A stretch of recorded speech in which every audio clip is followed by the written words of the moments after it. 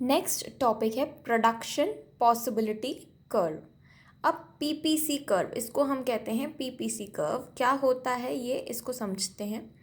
Resources available हैं हमारे पास और उन रिसोर्सेज से दो गुड्स बनाए जा सकते हैं, good X and good Y.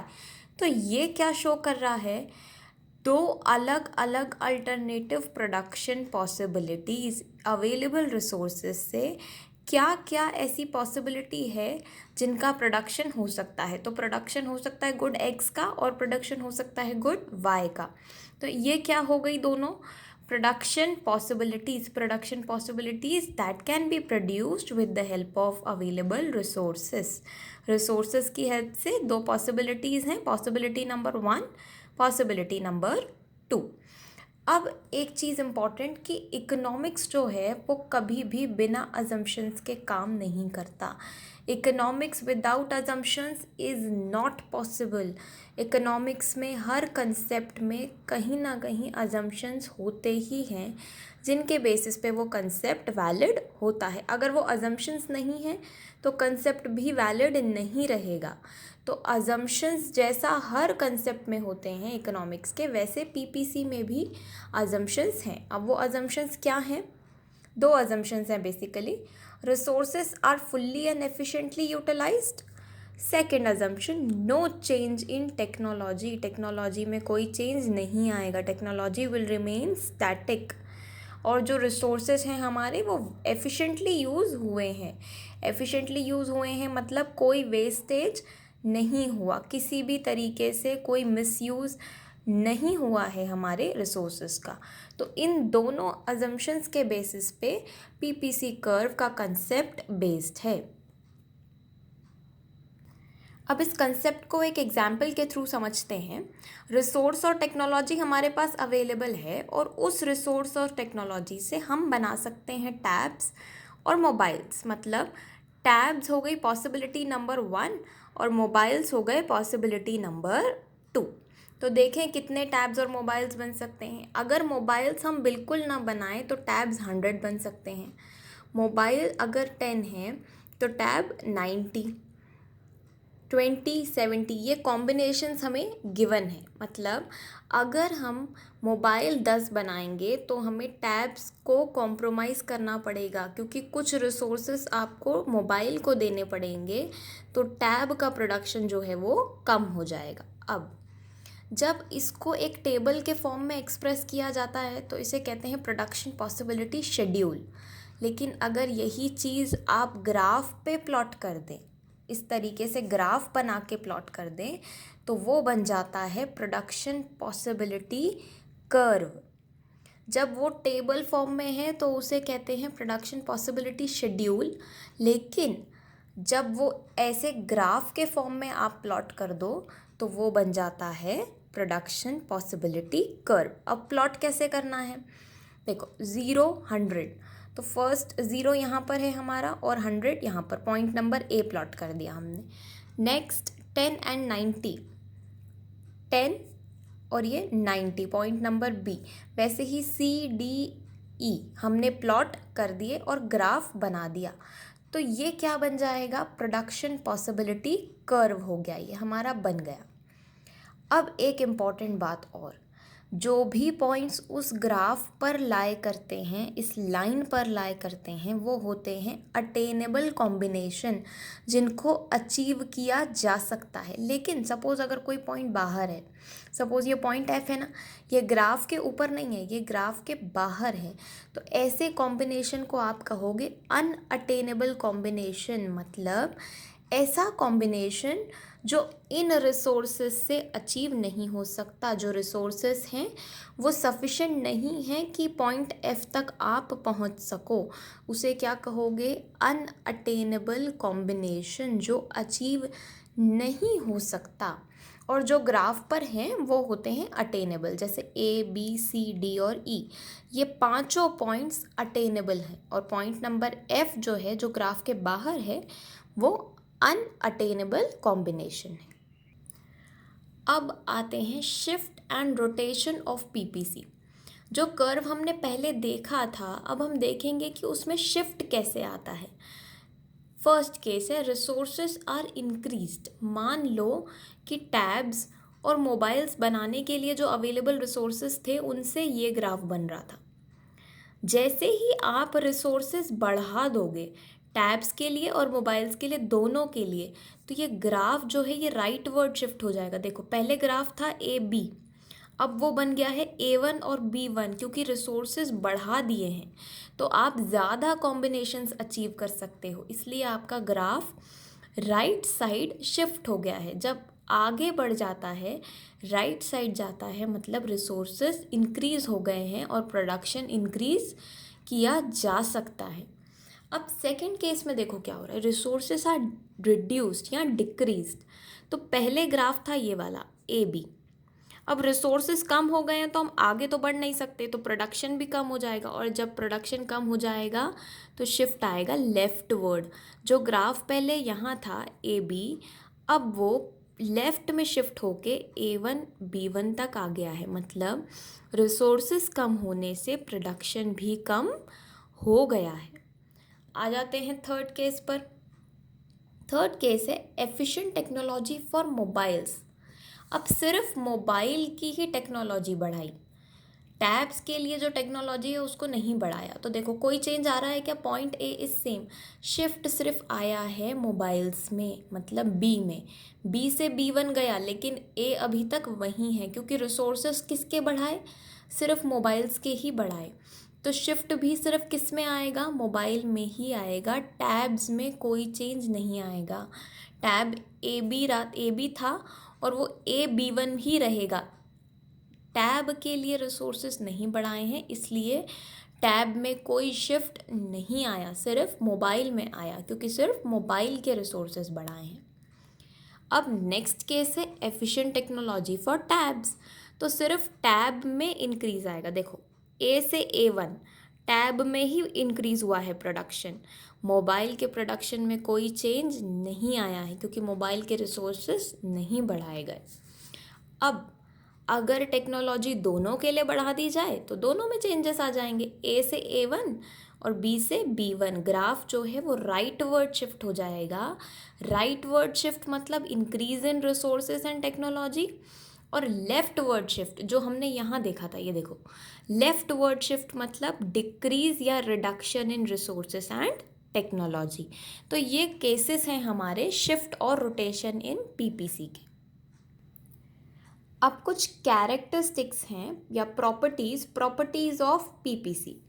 Production possibility curve slope downwards.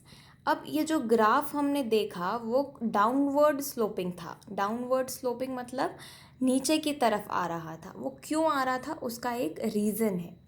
This is because production of both the goods हमारे लिए कौन से थे? टैब्स और mobiles. Can not be increased, more mobiles can be produced only when tabs are reduced। आप दोनों products को एक साथ प्रोड्यूस करना चाहते हैं, दोनों का प्रोडक्शन एक साथ नहीं बढ़ सकता। अगर आपने मोबाइल का प्रोडक्शन बढ़ाया तो टैब को कम करना पड़ेगा, और अगर टैब का प्रोडक्शन बढ़ाना चाहते हैं तो मोबाइल्स को कॉम्प्रोमाइज़ करना पड़ेगा। Next, production possibility curve is concave to the point of origin। Concave shape, अगर हम ध्यान से देखें हमारे प्रोडक्शन पॉसिबिलिटी कर्व के शेप को तो वो कॉन्केव है। जैसे कॉन्केव मिरर का शेप होता है वैसा ही शेप हमारे ग्राफ का भी था। तो वो क्यों है? PPC is concave to its origin because of increasing marginal opportunity cost. अब ये मार्जिनल अपॉर्चुनिटी कॉस्ट क्या होता है हम आगे देखेंगे। Because in order to increase production of one good by one unit, more units of second good are to be sacrificed. क्यों sacrifice करना पड़ रहा है? क्योंकि रिसोर्सेस लिमिटेड हैं। अगर रिसोर्सेस की कमी नहीं होती तो दोनों गुड्स का प्रोडक्शन बढ़ा देते, मगर रिसोर्स लिमिटेड हैं, इसलिए एक गुड को अगर बढ़ाना है तो दूसरे के ज़्यादा से ज़्यादा यूनिट कॉम्प्रोमाइज़ करने पड़ेंगे। अब हम आगे समझेंगे अपॉर्चुनिटी कॉस्ट का कंसेप्ट। अपॉर्चुनिटी कॉस्ट, इसको सबसे पहले हम एग्जाम्पल देखते हैं, उसके बाद हम इसकी डिटेल देखेंगे। At an ice cream parlour if you have two options, chocolate ice cream and butterscotch ice cream. अब आइसक्रीम तो सबको पसंद है, तो अगर हम आइसक्रीम पार्लर जाएं और हमारे पास दो ऑप्शंस अवेलेबल हैं, एक है चॉकलेट आइसक्रीम, दूसरा बटर स्कॉच आइसक्रीम। तो मान लो कि अगर आप उन दोनों में से कोई एक फ्लेवर चूज़ करते हो, ठीक है, suppose you choose chocolate ice cream. अब आपको चॉकलेट फ्लेवर पसंद है, आपने चॉकलेट फ्लेवर की आइसक्रीम चूज़ कर ली। तो जो बटर स्कॉच आइसक्रीम है वो क्या हो जाएगी, the butterscotch ice cream is your opportunity cost. जो बटर स्कॉच आइसक्रीम आपने छोड़ दी, जो आपने नहीं ली, वो आपकी अपॉर्चुनिटी कॉस्ट हो जाएगी। क्यों? क्योंकि चॉकलेट आइसक्रीम खाने के चक्कर में आपने क्या किया, बटर स्कॉच आइसक्रीम को सैक्रिफाइस कर दिया। तो जिस अपॉर्चुनिटी को आप सैक्रिफाइस कर देते हो किसी और अपॉर्चुनिटी के लिए, उसे कहते हैं अपॉर्चुनिटी कॉस्ट। तो बटर स्कॉच आइसक्रीम जो आपने छोड़ दी वो क्या है, आपकी अपॉर्चुनिटी कॉस्ट। और जो चॉकलेट आइसक्रीम आपने चूज़ करी वो आपकी सिलेक्शन था कि आप अपने अवेलेबल रिसोर्सेज से क्या खाना चाहते हैं। आपके पास लिमिटेड रिसोर्सेज थे, पैसा आपके पास लिमिटेड था, आप दोनों में से कोई एक ऑप्शन ही चूज़ कर सकते थे। आपको चॉकलेट आइसक्रीम पसंद थी तो आपने चॉकलेट सेलेक्ट कर ली, और बटर स्कॉच क्या हो गई, आपकी अपॉर्चुनिटी कॉस्ट। अगर इसको टेक्निकल लैंग्वेज में फ्रेम कर दिया जाए इसी एग्जाम्पल को, तो क्या बनेगा, opportunity cost is the cost of availing one opportunity in terms of loss of other opportunity. जो चॉकलेट आइसक्रीम की अपॉर्चुनिटी आपने अवेल करी वो किसके लॉस पे करी, at the loss of butterscotch ice cream. Butterscotch ice cream का loss हो गया ना, तभी तो चॉकलेट खाने को मिली। One opportunity is availed, the other is lost. Chocolate वाली अवेल कर ली, बटर स्कॉच वाली हमारे हाथ से चली गई। क्यों? Because resources are limited. आपके पास सिर्फ एक आइसक्रीम खरीदने का पैसा था, तो आपको चूज़ करना था कि या तो चॉकलेट खा लूँ या तो फिर बटर स्कॉच। तो बटर स्कॉच आइसक्रीम जो आपने गिव अप कर दी वो आपकी अपॉर्चुनिटी कॉस्ट है, ठीक है। अब एक इम्पॉर्टेंट कंसेप्ट और आता है इसमें, if there are more than two options. मतलब ऊपर तो सिर्फ दो ऑप्शंस थे, या तो बटर स्कॉच या तो चॉकलेट, पर ऐसा भी तो हो सकता है कि आपके पास दो से ज़्यादा ऑप्शंस अवेलेबल हों। Then opportunity cost will be taken as the value which is next best. अब इसको सबसे पहले एग्जाम्पल से समझते हैं। सपोज़ आपके पास 3 जॉब ऑफर्स हैं। Job number 1 is paying you 10,000, job number 2 5,000 and job number 3 3,000। तो आप कौन सी सिलेक्ट करोगे इन तीनों में से? जहाँ ज़्यादा सैलरी मिलेगी हम वही सिलेक्ट करेंगे। तो हमने जॉब 1 सिलेक्ट कर दी। अब सवाल आता है, अपॉर्चुनिटी कॉस्ट जॉब नंबर 2 है या जॉब नंबर 3? तो नेक्स्ट बेस्ट कौन सी है? 10,000 के बाद जो नेक्स्ट बेस्ट है वो है 5,000। तो यहाँ पर जॉब नंबर 2 हो जाएगी अपॉर्चुनिटी कॉस्ट, और जॉब नंबर 1 हो जाएगी आपकी अवेल्ड ऑप्शन ऑफ जॉब, जो आपने सिलेक्ट कर लिया। और जो गिव अप कर दिया वो कौन सी है? जॉब नंबर 2 विच इज़ ₹5,000, ठीक है। Opportunity cost will B job number 2 that is 5,000। जो 5,000 वाली जॉब है वो आपकी अपॉर्चुनिटी कॉस्ट हो जाएगी। अब अपॉर्चुनिटी कॉस्ट के बाद जो नेक्स्ट कंसेप्ट है वो है marginal opportunity cost. It refers to the additional opportunity cost when 1 unit more of good is produced by sacrificing the production of other good। ठीक है, एक प्रोडक्शन आप बढ़ा रहे हो तो दूसरे गुड का प्रोडक्शन आपको सैक्रिफाइस करना पड़ेगा। इसको अगर फॉर्मूला फॉर्म में एक्सप्रेस करें तो कैसे करेंगे? Marginal opportunity cost is equals to delta Y upon delta X. Delta here means change, loss of output upon gain of output. कितना लॉस हुआ अपॉन कितना गेन हुआ। इसको एक एग्जाम्पल के थ्रू समझते हैं।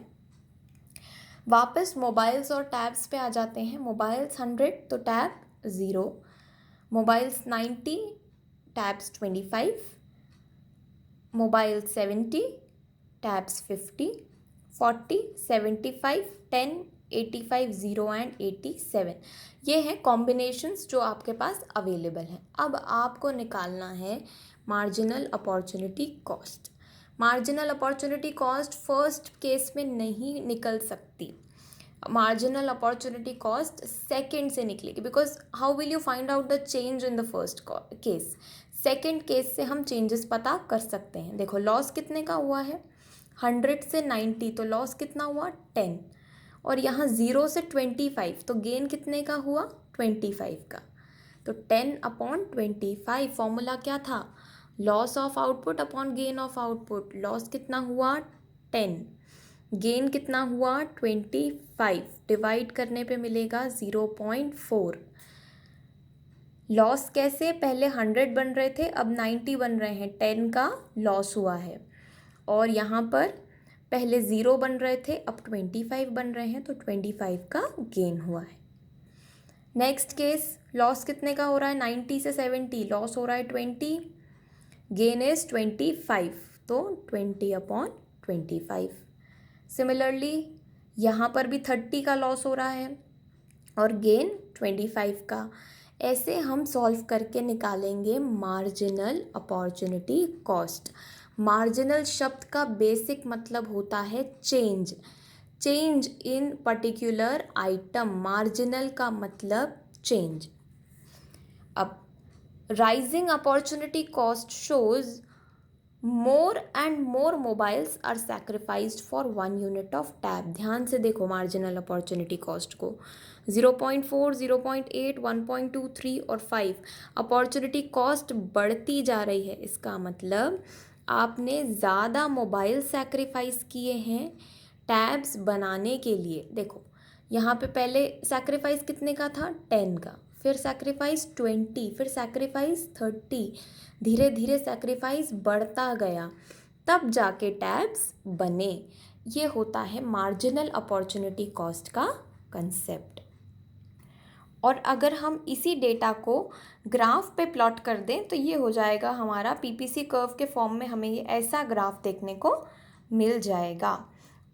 पिछले एग्जाम्पल का डेटा जब आप ग्राफ पे प्लॉट करोगे, यहाँ पर मोबाइल्स, यहाँ पर टैब्स, तो आपको एक पीपीसी कर्व देखने को मिलेगा। ग्राफ पे प्लॉट करने के बाद वो कुछ ऐसा दिखेगा। Marginal opportunity cost tends to rise as resources are shifted from mobiles to tabs. जैसे जैसे आप मोबाइल से रिसोर्सेज निकाल के टैब्स बनाने के लिए यूज़ करोगे, वैसे वैसे मार्जिनल अपॉर्चुनिटी कॉस्ट बढ़ती जाएगी, कम नहीं होगी। हमेशा मार्जिनल अपॉर्चुनिटी कॉस्ट बढ़ती जाएगी।